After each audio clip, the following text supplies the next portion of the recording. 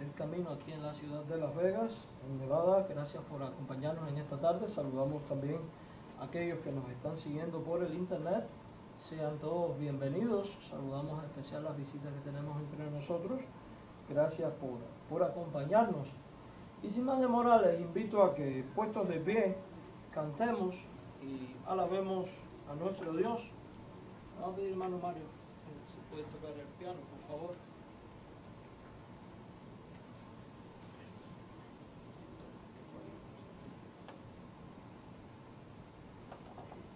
Vamos a buscar en nuestro himnario el canto 194. El Salvador te espera. Dice la Biblia en Hebreos 3, versículos 7 y 8: si oyeres hoy su voz, no endurezcáis vuestros corazones. Así que con alegría de corazón vamos a cantar a nuestro Dios este hermoso himno.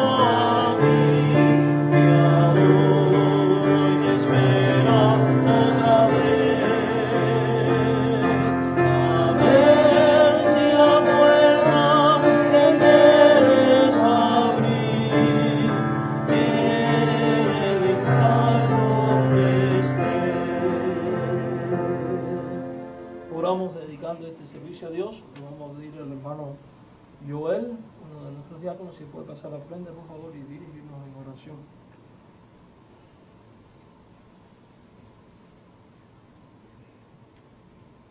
Amado Dios, te damos las gracias, Padre, por la obra que has hecho en tu pueblo.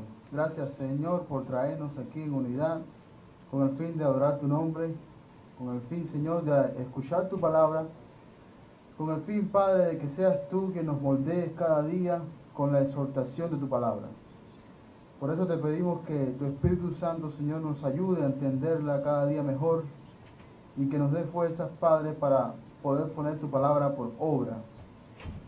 Señor, que seas tú hablando a través del pastor que va a traer el estudio esta tarde. Y Padre, te pedimos que tú continúes bendiciendo a tu pueblo. Te pedimos, Padre, que aquellos, Padre, aquellos que no te han conocido, aquellos que no han abierto su corazón para que nuestro Señor Jesucristo more en su vida, te pedimos que seas tú tocando sus mentes y sus corazones, Padre, para que algún día puedan entender y escuchar tu palabra. Te lo pedimos todo, Padre, en el nombre de tu Hijo amado Jesucristo.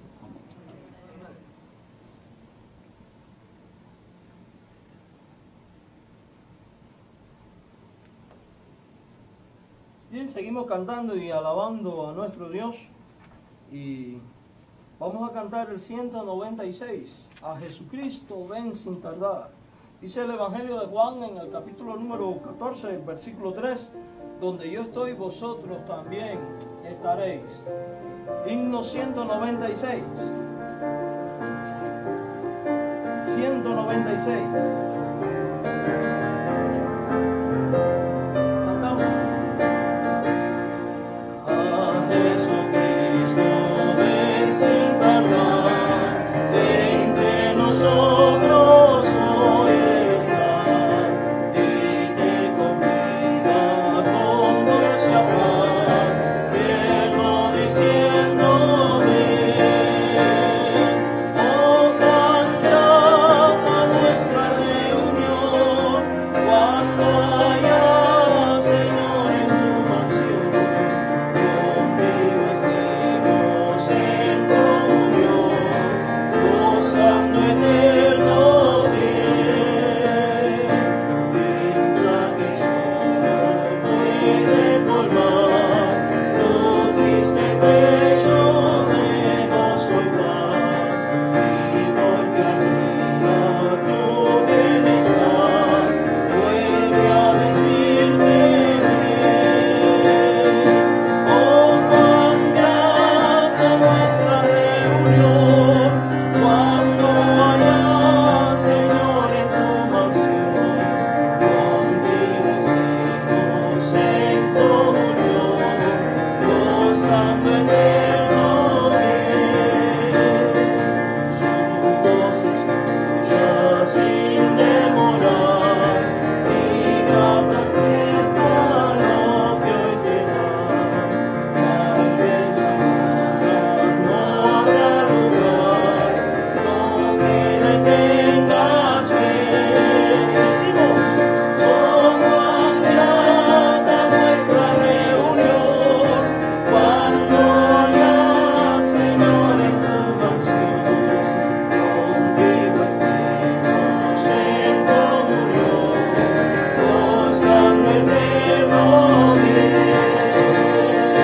Oh, cuán grata nuestra reunión, cuando haya, Señor, en tu mansión, contigo estemos en comunión, gozando eterno bien. ¿Cuántos dicen amén a eso? Hermoso saber que un día vamos a estar en las mansiones celestiales, cara a cara con Dios, alabándole, adorándole, por la promesa que Él ha hecho, que donde yo estoy, dice Él, vosotros también, ¿qué? Estaréis. Es hermoso poder cantar estos himnos que dejan un mensaje a nuestra vida. Dice la Biblia, cantaré con el Espíritu, pero cantaré también ¿con qué? Con el entendimiento. O sea, no es cantar por cantar, hay que cantar meditando para poder, en medio de la alabanza, decir, Dios, gracias, Dios te alabo, Dios te exalto, te bendigo por esto que tú has hecho. Vamos a cantar ahora de nuestra salvación. Himno 176, años mi alma en vanidad, y dice, vivió, porque la vanidad de la vida, el mundo, el diablo, la carne, en tu vida y en mi vida como hijo de Dios tiene que ser cosa del pasado. Amén. 176, años mi alma en vanidad vivió. Con alegría de corazón y con reverencia cantemos este himno.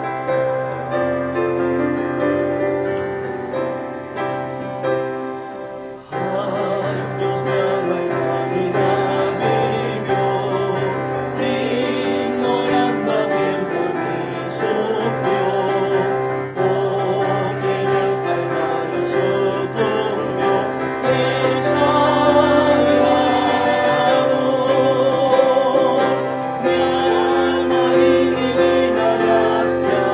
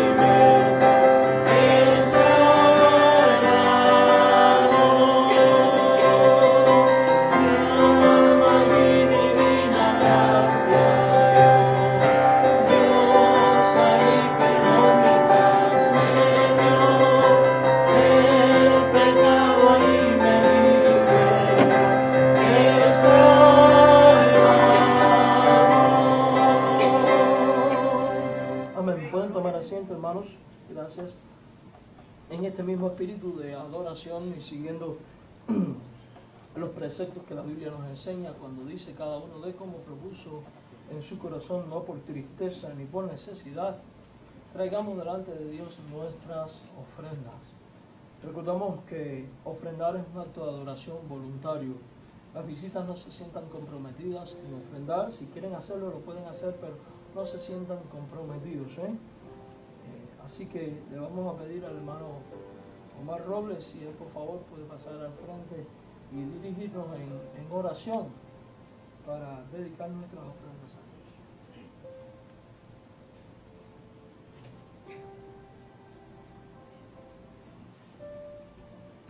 Oremos, hermano. Padre Santo, te damos gracias por la vida que tú nos das, por permitirnos estar nuevamente delante de ti. Te pedimos, Padre, en esta hora que tú bendigas al hermano que va a dar las ofrendas y al que no también, bendícelo en gran manera. Te pedimos, Padre, que sean para el extendimiento de tu santa obra. Te damos gracias por todo lo que tú nos das, porque tú nos cuidas y tú suples nuestras necesidades. En el nombre de Jesús, amén.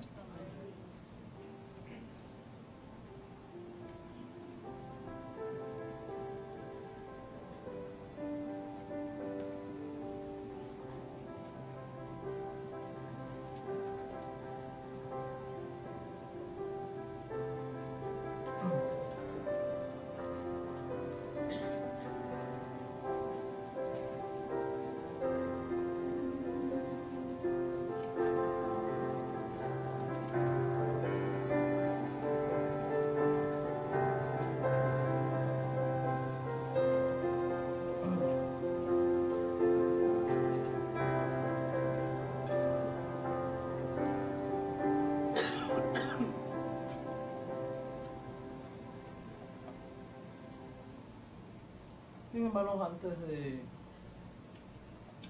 de pasar a la lectura de la Biblia, recordamos que el domingo tenemos nuestro servicio de adoración a las 9 de la mañana. Posteriormente a las 7 de la noche tenemos también nuestro otro servicio de adoración en este lugar. Si el Señor así lo permite, a partir del 5 de septiembre, los horarios van a cambiar. En la mañana la escuela dominical va a ser a las 9 y el culto a las 10. Ahí afuera en el mural, ahí están puestos, no obstante ahí en el boletín va a empezar a salir el anuncio para que usted no ande despistado. En la tarde va a iniciar también el 5 de septiembre la escuela dominical a las 6 de la tarde y a las 7 el culto de oración como era anteriormente. También ya están, ahí van a estar sobre la mesa para finalizar el servicio las planillas para la matrícula del instituto, para aquellos que desean matricularse y buscar un estudio más profundo de la palabra de Dios, pues ahí van a estar las planillas. Por favor, lea los requisitos que usted tiene que cumplir para poder matricularse y poder comenzar. Tenemos una buena noticia. Salud.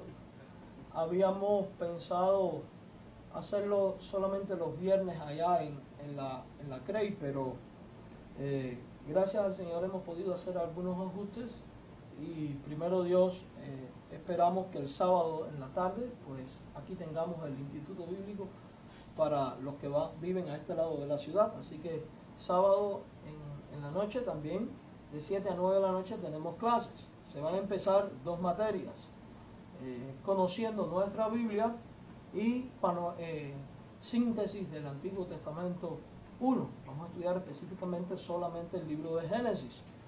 Vamos a estar 13 semanas en estas 2 materias. En el caso de síntesis del Antiguo Testamento, vamos a dar 2 clases en una. Es importante que usted llene la matrícula y el domingo la entregue. ¿Por qué? Y con todos los requisitos que se necesitan, porque los libros hay que ordenarlos. Y no es una librería donde usted puede llegar y comprarlos, hay que ordenarlos.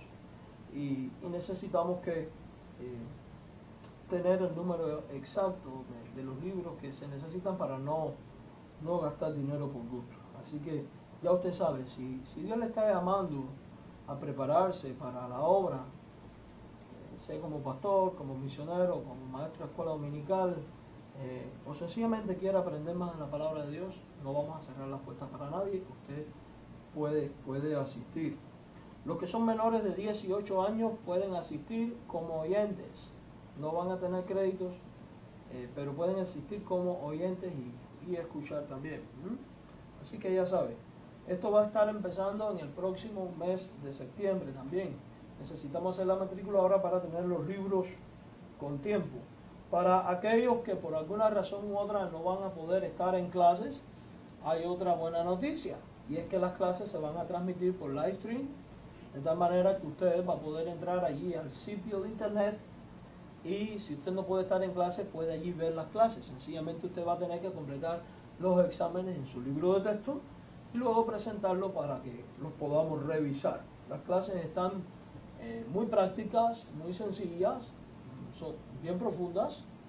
No le agarre miedo, está hecho para personas que tengan apenas una secundaria, o sea, no es para personas hiperinteligentes ni nada por el estilo. Además que Dios da la sabiduría. Dice la Biblia que Dios al que ama capacita, y también dice la Biblia, hasta que uno falte sabiduría, pídala a quién. A Dios. El Espíritu Santo da la sabiduría.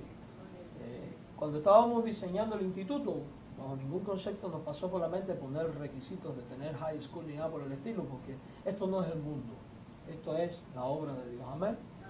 Y recuerde, la Biblia dice que el pueblo de Dios, el pueblo de Israel, pereció porque le faltó ¿qué?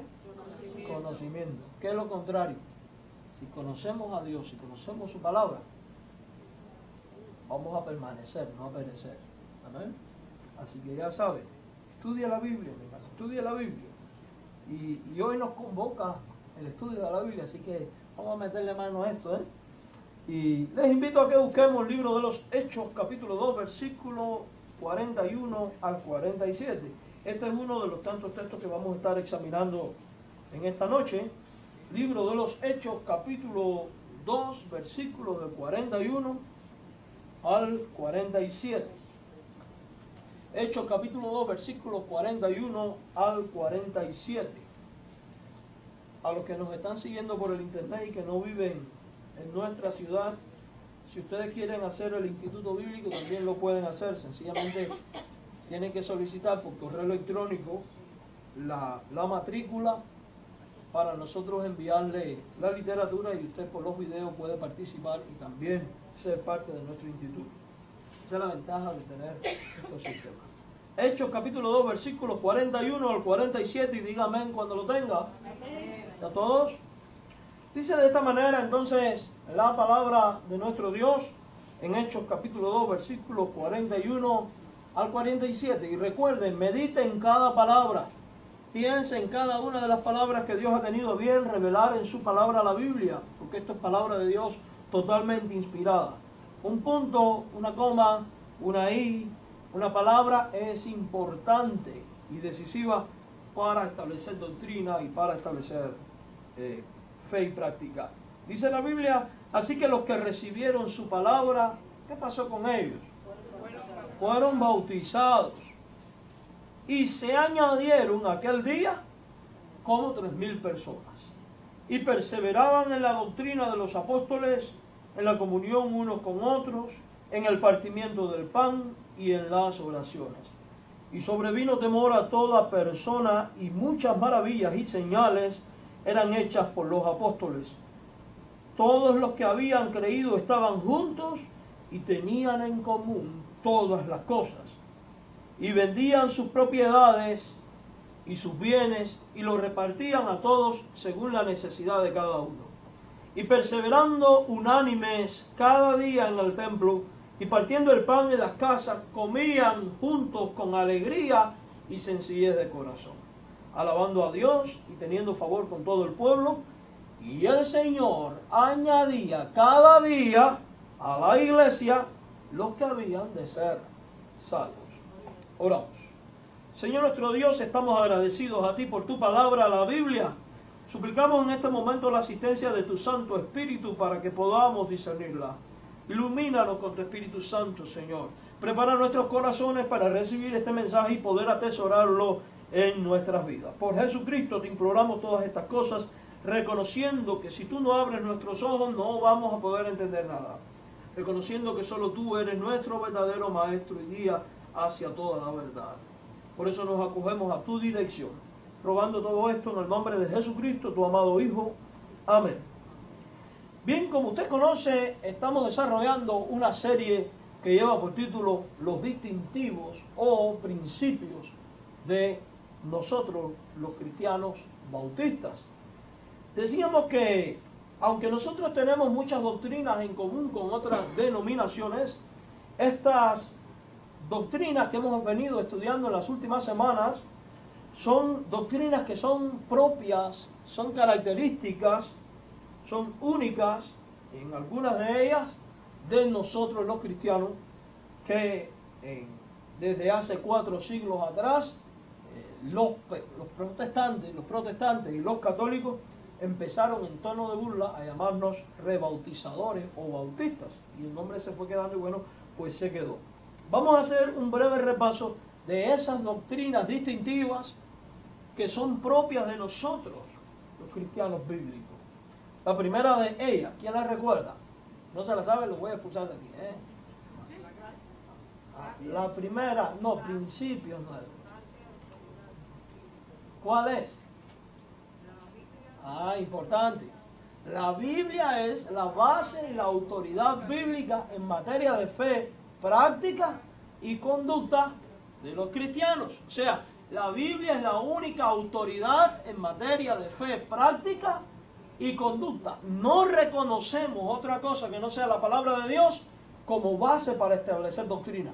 No reconocemos concilios, no reconocemos declaraciones de fe como conducta, no reconocemos enseñanzas de hombres como materia para establecer doctrina, ni reconocemos visiones, ni sueños, ni profecías al estilo de estos tiempos como materia de fe y conducta, porque la Biblia es única y suficiente para establecer doctrina, por cuanto precisamente ella concluye sus palabras diciendo que nadie puede ni añadir ni quitar a ninguna de las profecías que ya fueron reveladas en su palabra. Por eso sostenemos este principio que desde la Reforma Protestante ha sido bien determinado en las iglesias evangélicas, que es la sola Escritura. Solamente la Biblia es nuestra última regla de fe en práctica y conducta.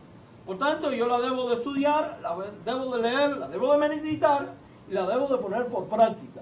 Si alguien predica algo y ese algo no viene conforme a la Biblia, ¿debemos aceptarlo? Bueno, ¿y si viene del pastor? Tampoco. Así venga de quien venga, usted y yo somos responsables de creer las cosas tal y como están siendo reveladas. ¿Dónde?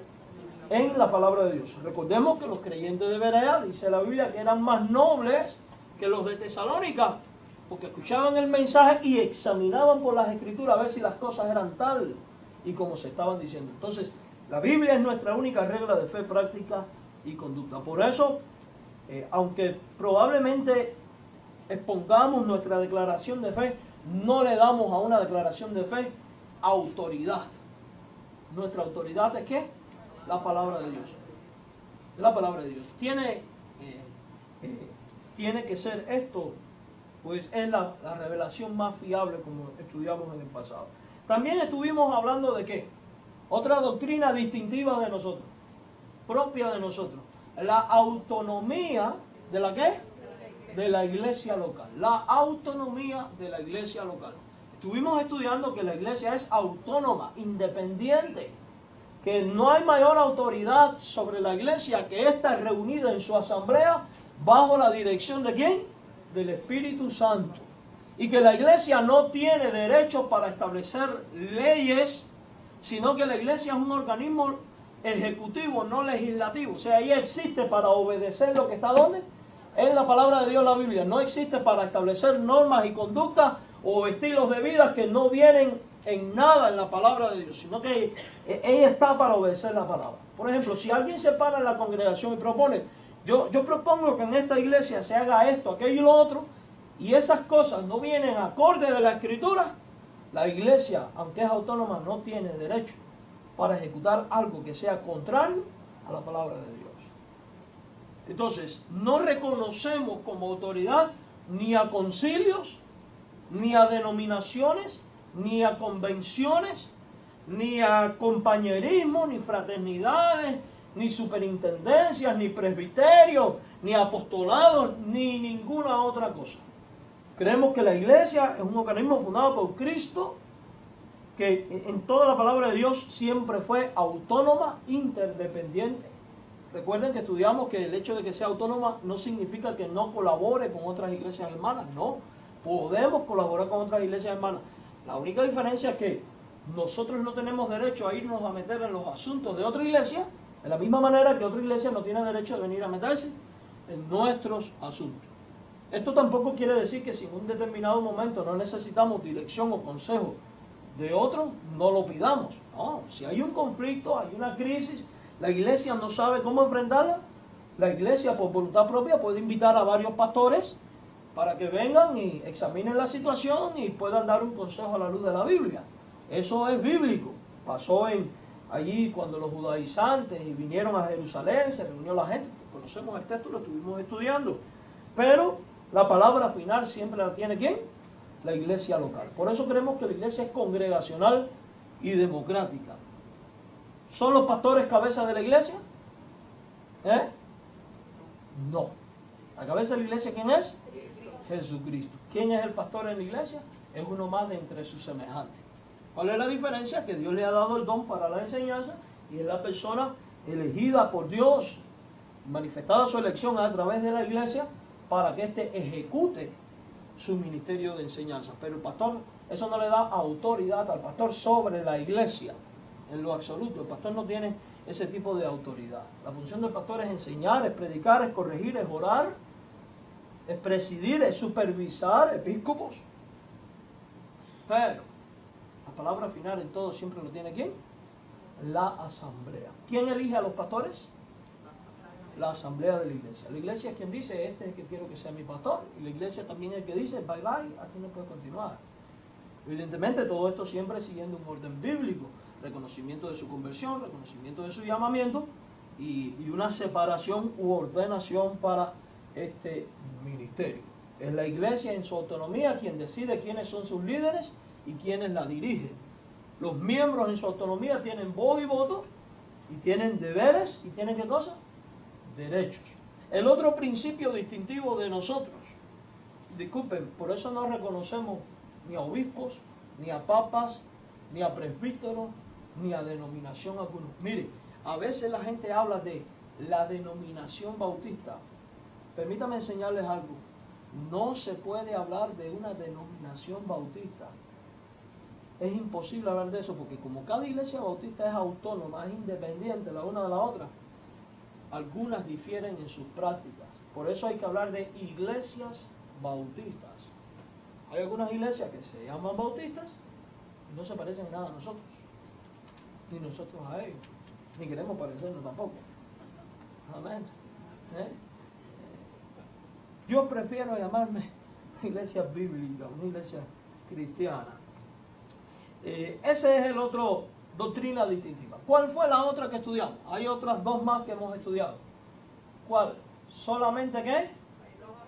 Dos ordenanzas. Muy bien, Carmen y Fidencia, están ustedes afiladas, A mí me gusta, eso me gusta, eso me gusta. A ver, dime, Rosa, ¿cuáles son? Y la otra, Yatani. Y el bautismo. Solamente reconocemos dos ordenanzas. ¿Son sacramentos?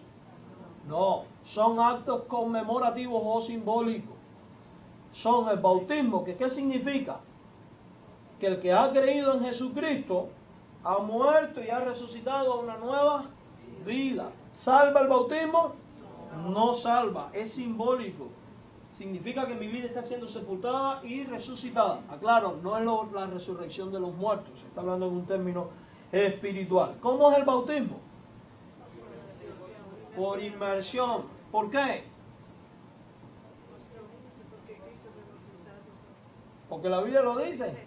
Así se bautizó Cristo, así bautizaba Juan. La palabra bautismo significa ¿qué cosa? Sumergir. ¿Recuerdan que hablamos teñir la ropa? Pero teñir la ropa de aquel tiempo no era agarrar un spray. No, era agarrar y meter en el tinte zambulliendo. También, como los griegos, era meter la copa de vino en el bol grande y sacar. Era sumergir. Sumergir. ¿Se pueden bautizar los niños? ¿Por qué? Número 1, no hay ningún ejemplo bíblico de ello. Número 2, el requisito para bautizarse, ¿cuál era? Creer en Jesucristo como Salvador. ¿Puede un niño recién nacido creer? Bueno, ¿y basado en la fe del Padre? ¿Por qué? Porque eso es personal, porque dice la Biblia que el Hijo no es culpable del pecado del Padre ni el Padre del Hijo. Amén. ¿No han estudiado? Muy bien eso. Vamos a la cena del Señor, es el otra ordenanza. Aquí aprendimos que cuando el pastor bendice el vino y el pan, estos dejan de ser pan y vino y se convierten en el cuerpo y la sangre de Cristo. A ver, Ruth, explica, ¿qué pasa? Es un símbolo, ¿verdad? Es un símbolo, no se convierten en nada. El pan sigue siendo pan, el vino sigue siendo vino. Sencillamente nos recuerda algo que Jesús hizo: entregar su cuerpo y derramar su sangre. ¿Por quién? Por nosotros pecadores. De la misma manera que la Pascua, recuerdan que lo explicamos, hacía recordar cómo Israel había sido liberado de Egipto. Cada vez que los judíos comían la Pascua, ¿volvía a haber una liberación? No. De la misma manera, cada vez que tomamos la cena, estamos recordando el sacrificio, pero no repitiendo el sacrificio. ¿Con qué actitud debe tomarse? Con una actitud de dignidad, de reverencia, porque no podemos tener por inmunda la sangre de nuestro Señor Jesucristo. Y finalmente, la semana pasada, estuvimos hablando de otra doctrina distintiva de nosotros: el sacerdocio universal. ¿De quién? De todos los creyentes. De todos los creyentes. ¿Qué aprendimos aquí? Que todo creyente es ¿qué cosa? Un sacerdote de Cristo, es un ministro. ¿Necesitamos intermediarios para llegar al trono de la gracia de hoy? En lo absoluto. Dame un ejemplo bíblico que me muestre que no necesitamos intermediarios. ¿Qué pasó con el velo del templo? Se rasgó y dice Hebreos que ahora tenemos acceso al lugar ¿qué? Santísimo. Y tenemos acceso al trono de la ¿qué? De la gracia. Vosotros sois linaje escogido, real sacerdocio, nación santa, pueblo adquirido por Dios, para que anunciéis las virtudes de aquel que os llamó de las tinieblas a la luz ¿qué? Admirarlo. Muy bien, lo han aprendido muy bien. Buen repaso, Bien, pues vamos entonces a lo que nos ocupa hoy. Otro de nuestros distintivos es ser una iglesia cuyos miembros son salvados y bautizados. Una iglesia cuyos miembros son salvados y bautizados. Y probablemente usted esté pensando: bueno, pastor, es que para ser miembro de la iglesia hay que ser salvo y hay que estar bautizado. Permítame decirle que hay iglesias que no creen esto. Hay iglesias que no practican esta verdad bíblica. Hay iglesias que ven a todo el mundo como parte de la iglesia. No sé si a usted le ha ocurrido esto, que que cuando lee, digamos, estadísticas de México, usted dice, país católico. ¿Y cuántos hay en México que no son católicos? Cuba, un país predominantemente católico. En Cuba todo el mundo no es católico. No lo es. ¿Lo ha escuchado usted o no? Lo hemos escuchado. Mire, nosotros sabemos lo que se requiere para que una persona sea miembro de una iglesia. No obstante, de tu experiencia o de lo que un amigo ha dicho, ¿qué se requiere ser miembro de una iglesia? En este caso a veces no bíblica, como por ejemplo las iglesias metodistas, luteranas, episcopales, anglicanas, católicas, ortodoxas, presbiterianas, algunas reformadas, congregacionales. Si usted habla con personas de este tipo de iglesia, inmediatamente le van a decir que un niño se hace miembro después que pasa las clases de confirmación, cuando se supone que el que confirma lo que fue creído en su lugar cuando fue bautizado como infante. Por eso estas iglesias tienen más de una ordenanza, porque ellos tienen este conflicto teológico. Si yo digo que el bautismo hace miembro de la iglesia y yo bautizo un bebé, automáticamente es miembro de la iglesia. Ellos necesitan algo para que ese infante no venga a tener voz ni voto en la iglesia. Y es donde han creado la llamada confirmación. Se bautiza, es parte de la iglesia, pero no viene a ser miembro hasta que el obispo no practica el sacramento de la confirmación y toma el óleo crismal y lo pone en la frente, impone las manos sobre ello el obispo y le da la bienvenida a la iglesia. Si usted va a los credos católicos, a los católicos romanos, se va a encontrar los llamados 7 sacramentos. El primero es bautismo, segundo la Eucaristía y el tercero es la confirmación. O sea, es el acto a través del cual te reciben en la iglesia. Pero esto ocurre también en las metodistas, en las luteranas, en las presbiterianas no. En las anglicanas ocurre entre ellos y es un acto no bíblico. Y permítame decirle algo.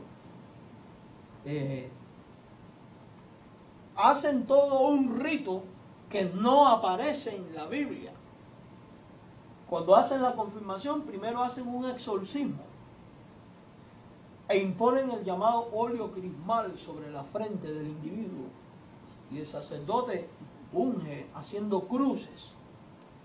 Ya por ahí vemos que hay superstición y paganismo, porque, número uno, ¿dónde manda la Biblia a ungir a alguien para que venga a ser miembro de la iglesia? No lo manda en ninguna parte. Número dos, supongamos que la Biblia mande a hacerlo. ¿Por qué estar haciendo cruces en la frente? ¿Por qué una cruz? No es el símbolo del cristianismo. ¿Dónde dice la Biblia que una cruz es símbolo de un cristianismo? Que los cristianos la hayan visto como símbolo es una cosa, pero que la Biblia diga que haya que hacerlo así, según los cánones de los distintos ritos, de las distintas denominaciones, son cosas muy diferentes. Entonces muchas veces, incluso muchas de estas iglesias te dicen, la Biblia es la regla de fe y práctica, pero tienes ritos y tienes prácticas que no están en la Biblia. En la Biblia, el asunto del aceite, lo único que se habla es para los enfermos. Y permítame decirle algo, cuando usted estudia el texto en griego, la frase que dice, ungiendo con aceite, el espíritu que denota es frotando con aceite. Era un método de consolación que había en aquellos tiempos. Es como cuando usted agarra a un enfermo y le dice, todo te va a ir bien, tú verás, y empieza ¿qué? A frotarlo, independientemente de que el aceite tenía propiedades curativas. Era una especie de medicamento para aquel tiempo. Pero estas cruces que hacen estas iglesias en la frente no es unción. Porque ungir era agarrar un cuerno especial y derramarlo sobre todo el cuerpo. A donde quiero llegar es que son ritualismos. Estos rituales de confirmación no tienen nada que ver con la palabra de Dios. Estas iglesias solamente reconocen a estos niños como miembros cuando hacen la confirmación. No hay requisito para una fe personal en Cristo y no hay requisitos para un verdadero bautismo. Basta con que los padres lo quieran traer y son bautizados. ¿Y qué pasó con el requisito del que creyere? Y a todo el que creyere que sea bautizado. Te lo justifican de esta manera, basado en la fe de los padres. No vamos a entrar en este tema porque ya lo abordamos anteriormente. Pero ¿puede un niño ser bautizado basado en la fe del padre? Eso es absurdo, la fe es personal. ¿Qué dice Juan capítulo 1 versículo 13? El 12 dice: a los que creen en su nombre, a los que recibieron, le dio potestad de ser hechos hijos de Dios.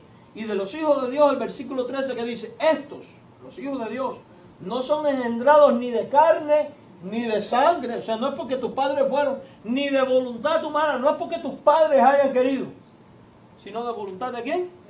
De Dios. De voluntad de Dios. Por tanto, tal acto de confirmación es antibíblico y es absurdo.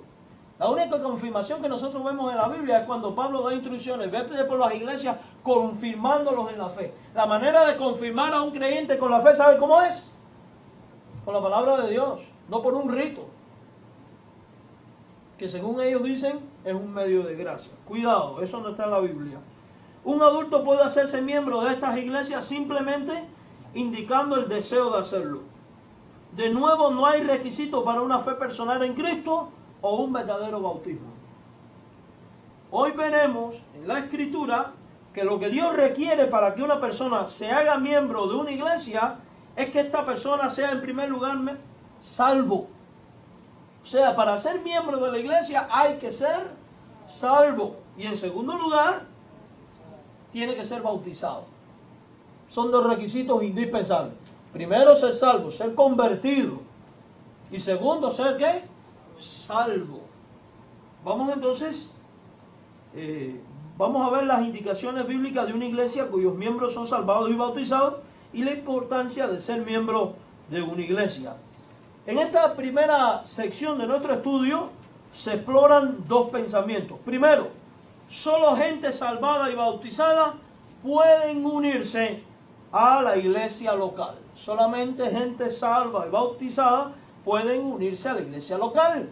Y segundo, personas salvas y bautizadas deben unirse a la iglesia local. Porque hay gente que se bautiza y hay iglesias que bautizan a la gente, pero no los unen a la iglesia local. Y eso no es bíblico. Los requisitos para ser miembro no es algo que solo se habla, no es una opción que tenemos. Los creyentes deben unirse a una iglesia local. No es bíblico que un llamado cristiano no esté unido a una iglesia local. La Biblia enseña que el que cree y se bautiza debe añadirse a una iglesia local. Y ambos pensamientos se estudian mientras que escudriñamos la Biblia. Vamos a Hechos capítulo 2, versos 41 al 47 para examinar este versículo. Este capítulo narra los eventos del día de Pentecostés. Todos conocemos las circunstancias. Es el día en que ocurre el derramamiento del Espíritu Santo. Los discípulos y los 120 fueron llenos del Espíritu. A consecuencia de esta llenura, aparecieron lenguas de fuego sobre su cabeza, empezaron a hablar en otros idiomas. Todo el mundo entendía lo que hablaban, pero hubo algunos que empezaron a mofarse diciendo: estos están borrachos. Inmediatamente Dios levanta a Pedro. Varones, oídme, esto que ustedes ven y oín no es lo dicho por el profeta Joel. Y está citando Joel 2. Y narra el acontecimiento, dice: estos no están borrachos. Y después da todo un sermón donde cae en el verso 41 la conversión y lo que ocurre con los convertidos. Un sermón bien poderoso, más de 3,000 personas hicieron una profesión de fe. La iglesia establecida en Jerusalén fue la primera iglesia que jamás existió. El versículo 41 nos dice lo que pasó en el día de Pentecostés. Vamos a leerlo. Hechos 2, 41. Así que los que recibieron su palabra fueron ¿qué? Interesante. Habían mucha gente, y aquí el versículo habla de un grupo de entre tanta gente que se les identifica como los que recibieron la palabra, o sea, el mensaje. Si dice los que recibieron la palabra, es porque hubo otros que no recibieron la palabra. Entonces está marcando una diferencia de entre el que creyó y del que ¿qué? Y del que no creyó. Del que recibió la palabra y del que no recibió. Siempre que se predica, ¿todo el mundo recibe la palabra? No. El sembrador salió a sembrar la semilla de la palabra. Dice que puede venir el diablo y ¿qué? Y quitar la palabra. Los afanes de la vida pueden hacer secar la palabra. Solamente el que cae en buena tierra. Y aquí está diciendo la Biblia que hay un grupo que recibió la palabra. Y lo que se dice a continuación, se dice, no de todos los que escucharon, sino de todos los que recibieron la palabra. Preste especial atención. Así que los que recibieron su palabra fueron ¿qué? Bautizados. Bueno, ¿qué pasó con los que no recibieron? ¿Se bautizaron? No, la Biblia es clara, solamente se bautizaron los que recibieron el mensaje. Los que confesaron las maravillas de Dios. Los que aceptaron el mensaje que Pedro había dicho de que Cristo era el enviado de Dios y que había muerto y había resucitado y que había que arrepentirse y que creer en Él, que era el Hijo de Dios. Esos que creyeron este mensaje se bautizaron. Y note lo que viene a continuación. ¿Qué palabra viene? Y eso es secuencia. Oyeron, recibieron, se bautizaron y después que fueron bautizados, ¿qué pasó con ellos? Se añadieron. Dice que aquel día, señala el día, se añadieron como 3,000 personas. Una añadidura. La pregunta es, ¿a dónde se añadieron? ¿A cuál iglesia? A la única iglesia que había en ese momento, la de Jerusalén. Se unieron al grupo de los discípulos, a los 120 que habían estado allí en Pentecostés. Se unieron a aquellos que habían recibido ya la promesa del Espíritu. Se añadieron a la iglesia. Y sabemos que es a la iglesia por lo que después más adelante va a decir. Porque lo que viene a continuación a partir del versículo 22, del versículo 42, y es una descripción de a lo que la iglesia se dedicaba. O sea, el verso 41, noten, nos dice lo que pasó en el día de Pentecostés, mientras después el verso 47 nos dice lo que pasó en las semanas y meses después de Pentecostés. O sea, nos empieza a narrar la vivencia de la iglesia, el estilo de vida de la iglesia, a qué se dedicaba a la iglesia. Y evidentemente, junto con ellos, todos estos que se habían añadido por haber creído. Vamos a seguir el texto.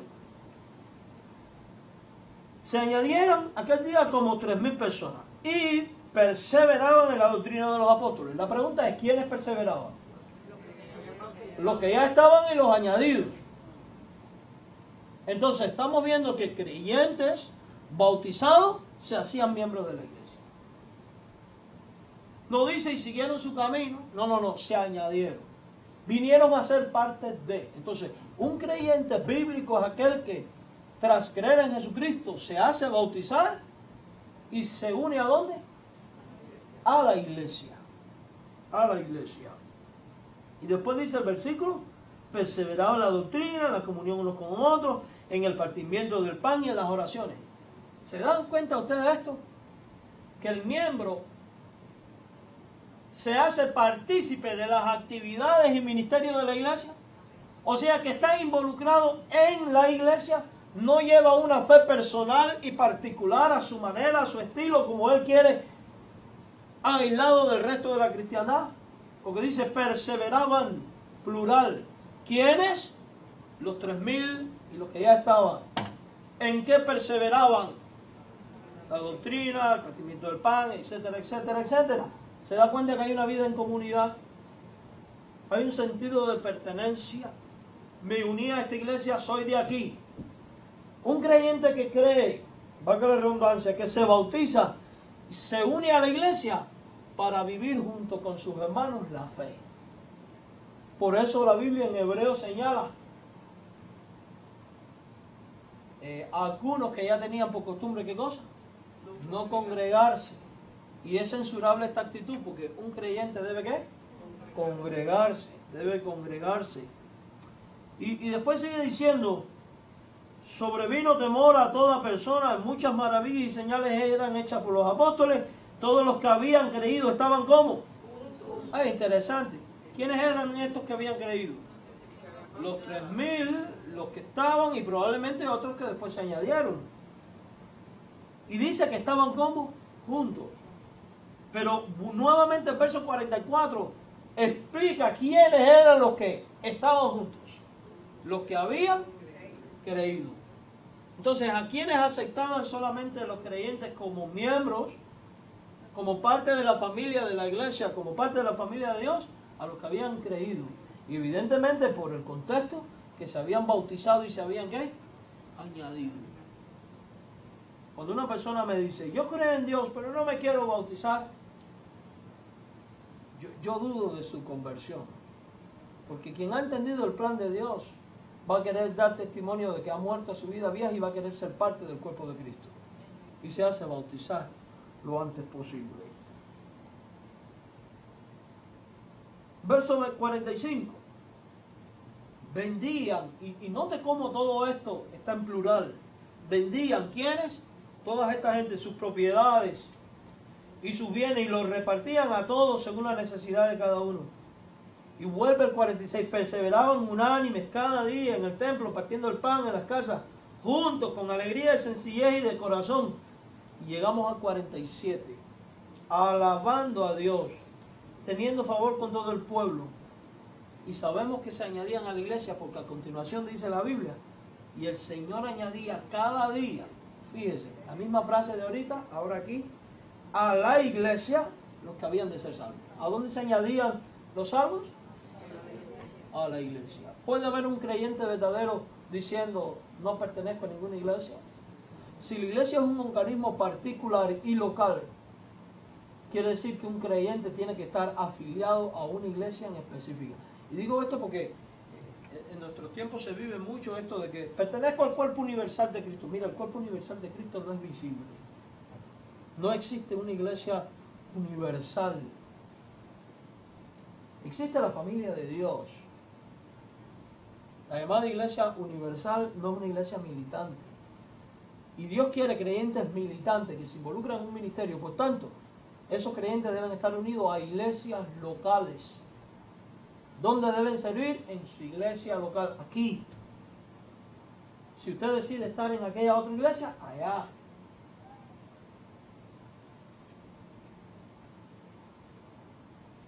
Miren, mis queridos hermanos, nota también en estos dos versículos que la divina función de añadir gente a la iglesia se ve claramente.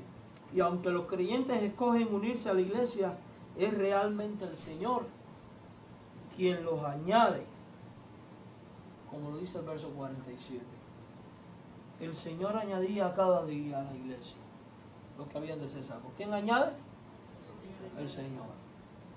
Y esto es importante para la obra misionera, porque a veces nosotros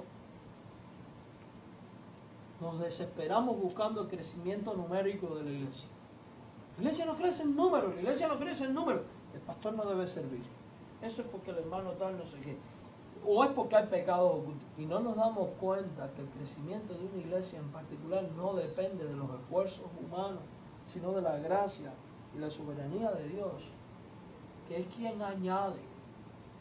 Por mucho que tú quieras, si Dios no añade, no. O al revés, a veces nos dejamos mover por lo que está alrededor y llegamos al pesimismo. Cuando empezamos la misión en Las Vegas, fuimos el hermano Mario y yo a reunirnos con el pastor americano, y había allí un señor con un espíritu de pesimismo tremendo, y yo por dentro estaba diciendo, Señor, te reprenda. Me dio pena el Señor, porque por dentro también me decía, Él no ha entendido que la obra la tiene que hacer Dios, no nosotros. Porque constantemente decía, llevo 3 años aquí y yo no he logrado ganar a nadie. Llevo 3 años aquí, yo no sé si es mi aspecto, esto es un lugar duro, esto no es como el resto de la ciudad. Y Déjame decirle algo, a veces esos son recursos que el diablo usa para desanimarnos. Pero cuando tú y yo entendemos que es Dios quien añade y quien abre puertas que nadie puede cerrar, las cosas son diferentes. Les voy a contar un testimonio, lo he dicho varias veces, lo voy a volver a decir. Y es un testimonio de esta iglesia. Cuando empezamos esta iglesia, empezamos 3 hermanos nada más. 3 hermanos. Teníamos dinero para pagar el primer edificio que teníamos. Era bien pequeño.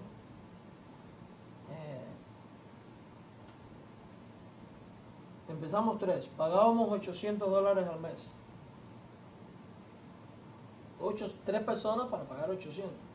Teníamos dinero solamente para los 3 primeros meses. Hermano, pasaron 3 meses y nuestra iglesia no subía de 3. 3 personas. Iba a llegar el mes de pagar la renta. Llegamos el domingo y el lunes había que pagar la renta. La renta se la estábamos dando a otra iglesia, que compartíamos el edificio.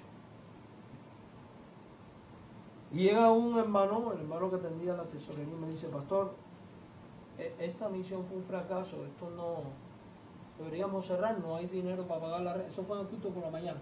No hay dinero para pagar la renta. ¿Qué vamos a hacer mañana? Solo tenemos $300, nos faltan 500. Pero hermano, les voy a decir algo. Yo estaba convencido de que era Dios quien nos había mandado a hacer esto.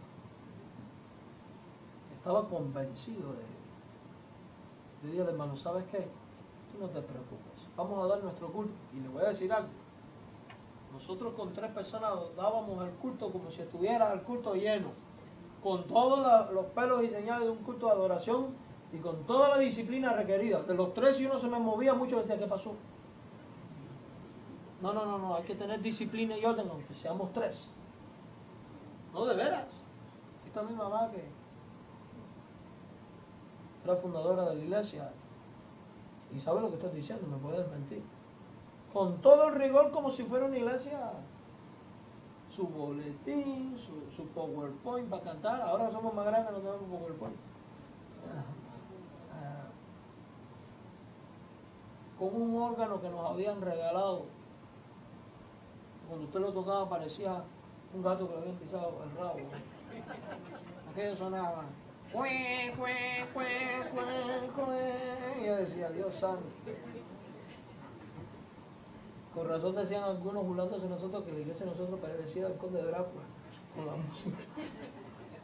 Y mire, ese domingo le dije al hermano: ¿sabe qué, mi hermano? Usted no se preocupe, Dios nos mandó a hacer este trabajo y lo vamos a hacer. La misión no va a cerrar. Antes de que llegue el día de mañana, Dios va a suplir lo que hace falta. Hermano, ese día al culto llegó la persona número 4. En 3 meses, la número 4. Cuando se termina el culto, mira, hermano, no voy a decir el nombre por una cuestión de ética, llorando: pastor, usted tenía razón. ¿Qué pasó? Dice: la persona que vino donó $500.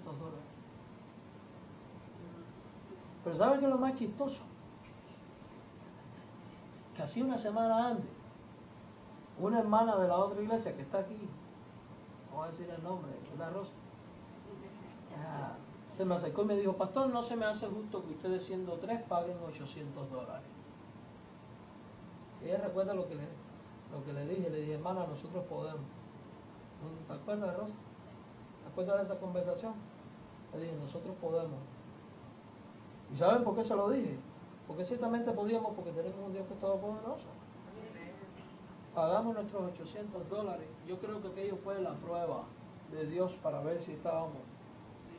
Nunca más, desde ese día, nunca más nuestra iglesia ha tenido ni crisis ni problemas financieros, para la gloria de Dios.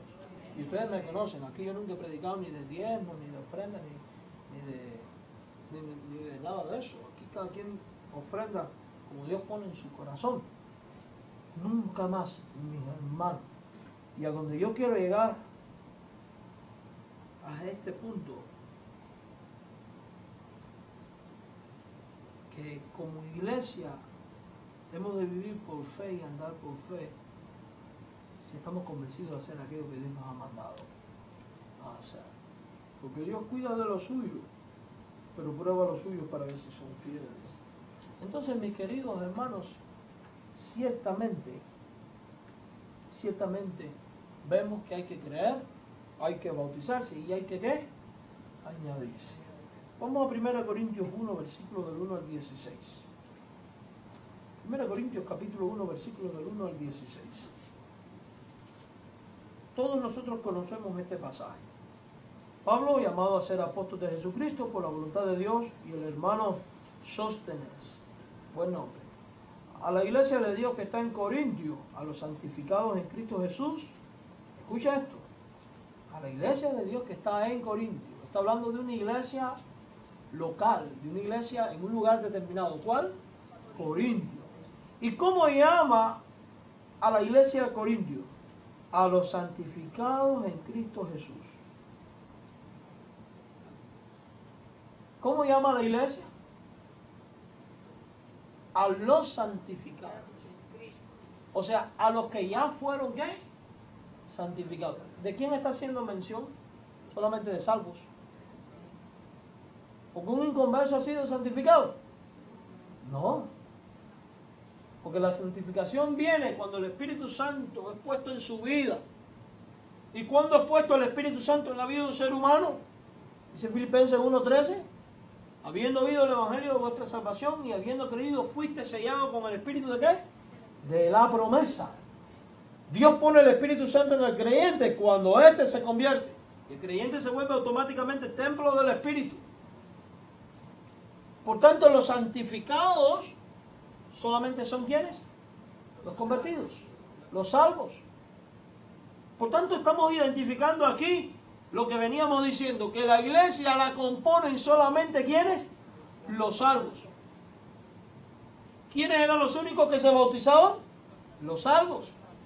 Fíjense que no es como algunos enseñan, la gente enseña es que bautizarse para ser salvo. No, la Biblia es al revés. Es ser salvo para bautizar. Perdón. Por eso dice, llamados a ser santos con todos los que en cualquier lugar invocan el nombre del Señor Jesucristo. O sea, esto es algo que no es solo de los corintios, sino que cualquier creyente de cualquier lugar que invoca el nombre del Señor Jesucristo. Y habla de en cualquier lugar, de cualquier iglesia. Señor de ellos y nuestro. Y luego dice, gracia y paz a vosotros de Dios nuestro Padre y del Señor Jesucristo. Y a continuación dice el verso 4, gracias doy a mi Dios siempre por vosotros. O sea, por estos santificados. Por la gracia de Dios que os fue dada en Cristo Jesús. Hermanos, ¿a quién les es dada la gracia de Dios?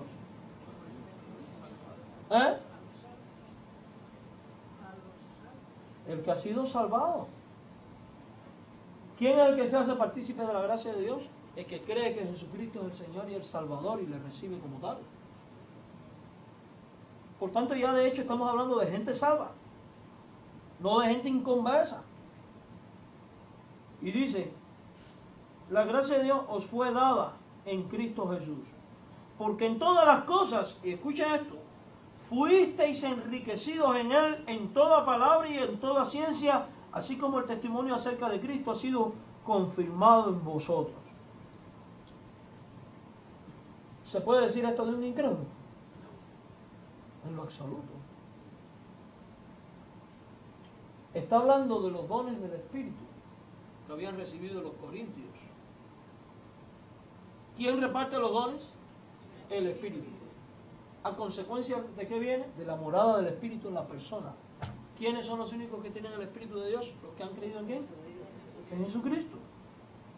De tal manera que no os falta ningún don, esperando la manifestación de nuestro Señor Jesucristo. Aquí está. Nos hace ver que son creyentes porque están esperando que Cristo se ¿qué? Se manifieste, que Cristo regrese. Un incrédulo está esperando el regreso de Cristo. Esto no lo puede decir de todo el mundo, lo está diciendo de un grupo específico, de gente ya salvas y que son parte de la iglesia. Porque cuando usted entra al capítulo 10, 11, 12, 13 y 14 de Corintios, esta epístola, usted empieza a ver que está hablando de toda una serie de cosas que tienen que ver con la disciplina de la iglesia. Cómo vestirse, el pelo largo, el pelo corto, el velo, no el velo, después el asunto del matrimonio, los dones del Espíritu, el amor, luego cuando llegamos al capítulo 14, la disciplina en cuanto a los profetas, la hablar en lengua, etcétera, etcétera, y está en un ambiente de ¿qué? De la iglesia. Y estamos viendo desde el principio que el mensaje va dirigido a la iglesia. ¿Y quién es la iglesia? Solamente los que han creído en Jesucristo y han sido bautizados. Fiel es Dios, verso 9, por el cual fuiste llamado a la comunión con su Hijo Jesucristo nuestro Señor. ¿Se puede decir eso de un inconverso? ¿Está en comunión un inconverso con Jesucristo?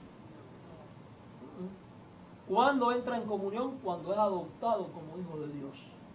¿Cuándo es adoptado como hijo de Dios? Juan 1:12, habiendo oído y habiendo creído, ¿qué dice?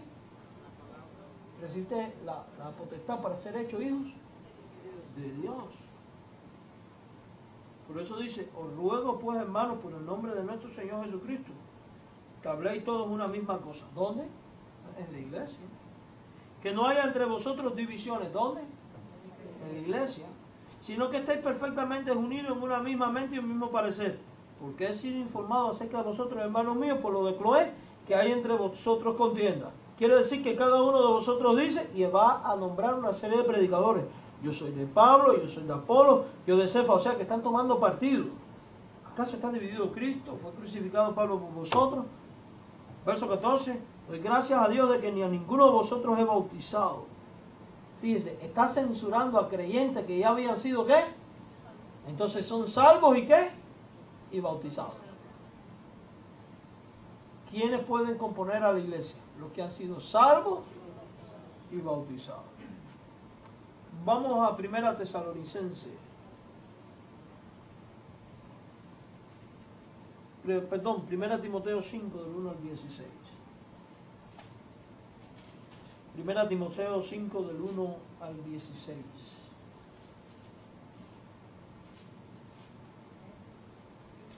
Del 1 al 16. Y en este pasaje nos habla acerca de los requisitos para ser miembro de una iglesia. Y específicamente el verso 9 tiene que ver con este asunto. 1 Timoteo 5 del 1 al 16. Dice de esta manera la Biblia: no reprendas al anciano, sino exhórtale como a padre, a las más jóvenes como a hermanos, a las ancianas como a madres, a las jovencitas como a hermanas, con toda pureza. Honra a las viudas que en verdad lo son. Pero si alguna viuda tiene hijo o nieto, aprendan estos primero a ser piadosos para con su propia familia y a recompensar a sus padres, porque esto es lo bueno y agradable delante de Dios. Mas la que en verdad es viuda y ha quedado solo, espera en Dios y es diligente en súplicas y oraciones noche y día. O sea que no es cualquier viuda, es una viuda que sea ¿qué? Piadosa. Pero la que se entrega a los placeres viviendo está muerta. Manda también estas cosas para que sean irreprensibles. Porque si alguno no provee para los suyos y mayormente para los de su casa, o sea, el que no provee para su familia, si un hijo no provee para su padre enfermo, su madre viuda, la Biblia dice que ha negado la fe y que es peor que un incrédulo. Son palabras fuertes. Y lea el verso 9. Sea puesta en la lista solo la viuda no menor de 60 años y que haya sido esposa de un solo marido. Sea puesta en la lista. Quiere decir que había una ¿qué? Una lista. ¿Las viudas de dónde? De la iglesia. De la iglesia. Para determinar que una viuda era de la iglesia y cuál no, tenía que haber algo que marcara la diferencia. Y ese algo que es, por el resto de los textos que hemos estudiado, haber creído y haber sido ¿qué? Bautizado y reconocido como miembro de esa iglesia en particular. Porque está hablando de los de la familia de la fe. que tenga buen testimonio, de buenas obras, si ha criado hijos, si ha practicado la hospitalidad, si ha lavado los pies de los santos, si ha socorrido a los afligidos, si ha practicado toda buena obra. ¿Quién hace esto? Un incrédulo. Pero viudas más jóvenes no admitan, porque cuando impulsadas por sus deseos se rebelan contra Cristo, quieren casarse, incurriendo así en condenación por haber quebrantado su primera fe. Y también aprenden a ser ociosas, andando de casa en casa, y no solamente ociosas, sino también chismosas y entrometidas, hablando lo que no debieran. Quiero pues que las viudas jóvenes se casen, críen hijos, gobiernen su casa, que no den al adversario ninguna ocasión de la maledicencia, porque ya algunas se han apartado. Si algún creyente o alguna creyente tiene viuda, que la mantenga y no sea grabada a la iglesia. Entonces, esto está hablando en el seno de ¿qué? De la iglesia. Viudas de la iglesia, creyentes de la iglesia. Entonces, definitivamente, los creyentes forman parte de ¿qué? De una iglesia. De una iglesia. Hebreos 10:25.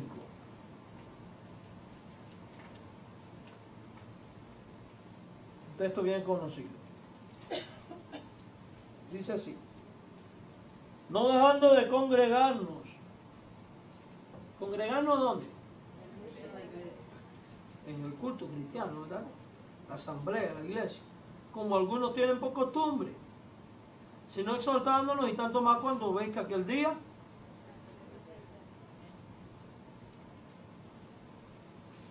este pasaje no habla acerca de los requisitos de ser miembro de una iglesia, pero sí habla acerca de la importancia de ser miembro y de asistir regularmente a la iglesia.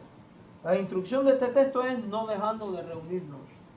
Evidentemente algunos estaban dejando la casa de Dios. Algunos probablemente estaban diciendo: yo creo en Dios en mi casa y a mi manera. No, no te dejes de reunir. El creyente debe ser ahínco. Hay bendición cuando uno se reúne. El hecho que se le dijo que se reunieran muestra que había allí un grupo de personas que eran parte de una iglesia. ¿Cómo podemos saber si alguien ha dejado de congregarse o no? Porque la reconocían o no como miembro de su congregación. El hecho de que se reunían muestra que había allí un grupo. Este texto añade un énfasis más, que no solo los creyentes se deben unirse a la iglesia, sino que deben de asistir regularmente a los cultos. A todos los cultos. No andar perdiendo el tiempo. Ahora, ¿qué beneficio nos aporta todo esto que hemos hablado? Vamos a ver los beneficios prácticos a la iglesia cuyos miembros son salvos y bautizados, y al creyente que se hace miembro de una iglesia. Algunos beneficios prácticos que resultan de obedecer la Escritura en estas áreas son evidentes. Primero, de los miembros salvados y bautizados de la iglesia. Este requisito protege la pureza de la iglesia y sus enseñanzas. Permitir incrédulos en la iglesia desbasta la iglesia. Por eso nosotros vemos que estas iglesias libres, liberales, admiten a cualquiera. La gente vive como se le pega en la gana.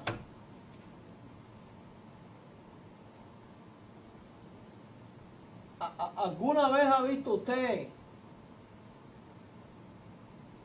a un cura ir a casa de alguien que jamás ha puesto los pies en la iglesia, pero que fue bautizado de bebé, y decirle: estás en indisciplina porque estás andando mal? Y lo están contando como ¿qué? Como miembro. Lo están contando como miembro. Si no ponemos estos requisitos bíblicos, entonces estamos hablando de iglesias inconversas. Iglesias llenas de gente ¿qué? Inconversa, no salva. Prometerle una salvación que no es verídica a gente no es engañar y mentir.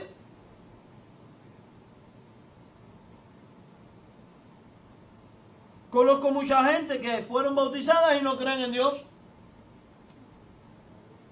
Fidel Castro fue bautizado de pequeño, no cree en Dios.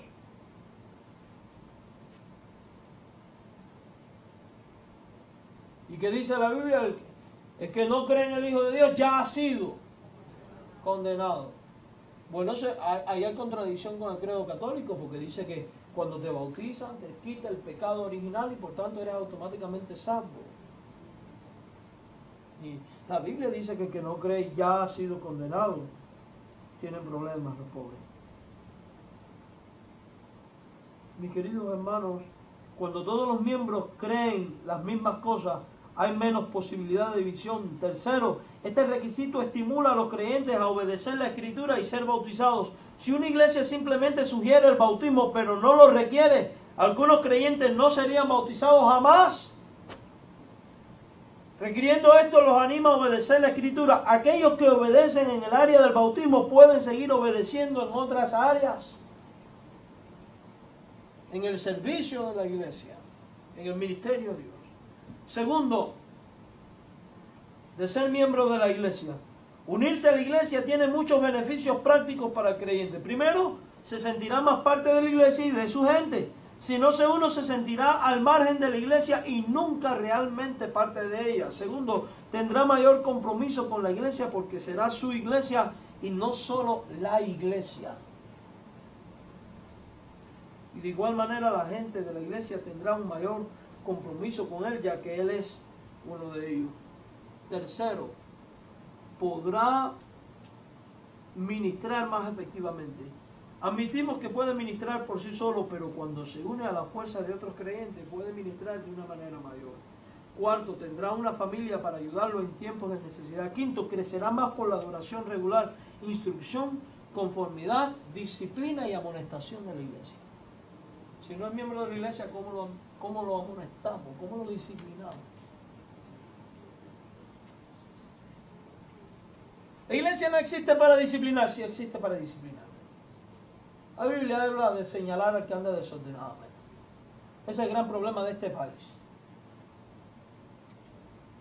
Que no ponen disciplina, no amonestan a nadie.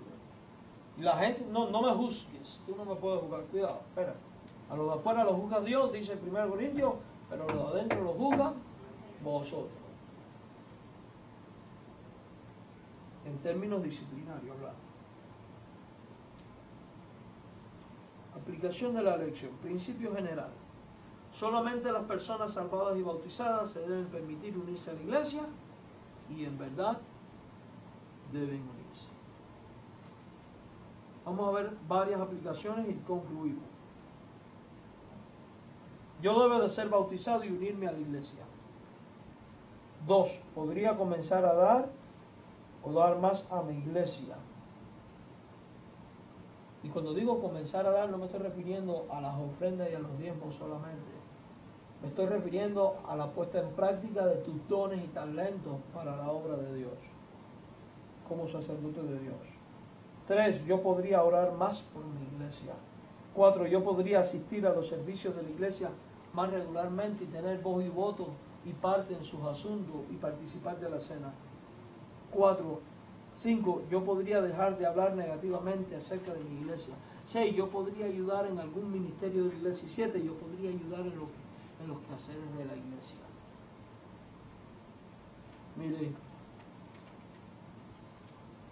entonces definitivamente la iglesia solo debe reconocer como miembros a aquellos que han creído en Jesús como Salvador y que han sido bautizados bíblicamente y que andan en comunión con Dios.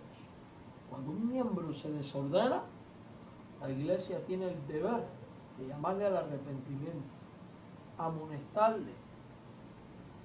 Si se arrepiente, gloria al Señor, habrás ganado a tu hermano. Si no se arrepiente, ha de tomar acción disciplinaria. Ha de tomar acción disciplinaria.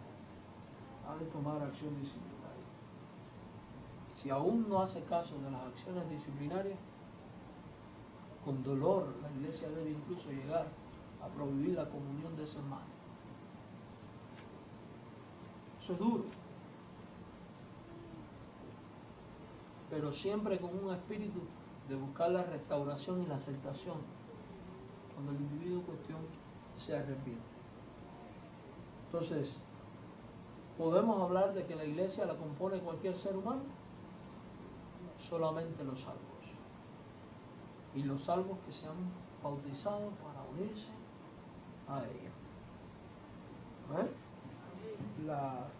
La semana entrante, si el Señor nos lo permite y no viene antes, concluimos esta serie y vamos a estar estudiando. No concluimos todavía, nos faltan más.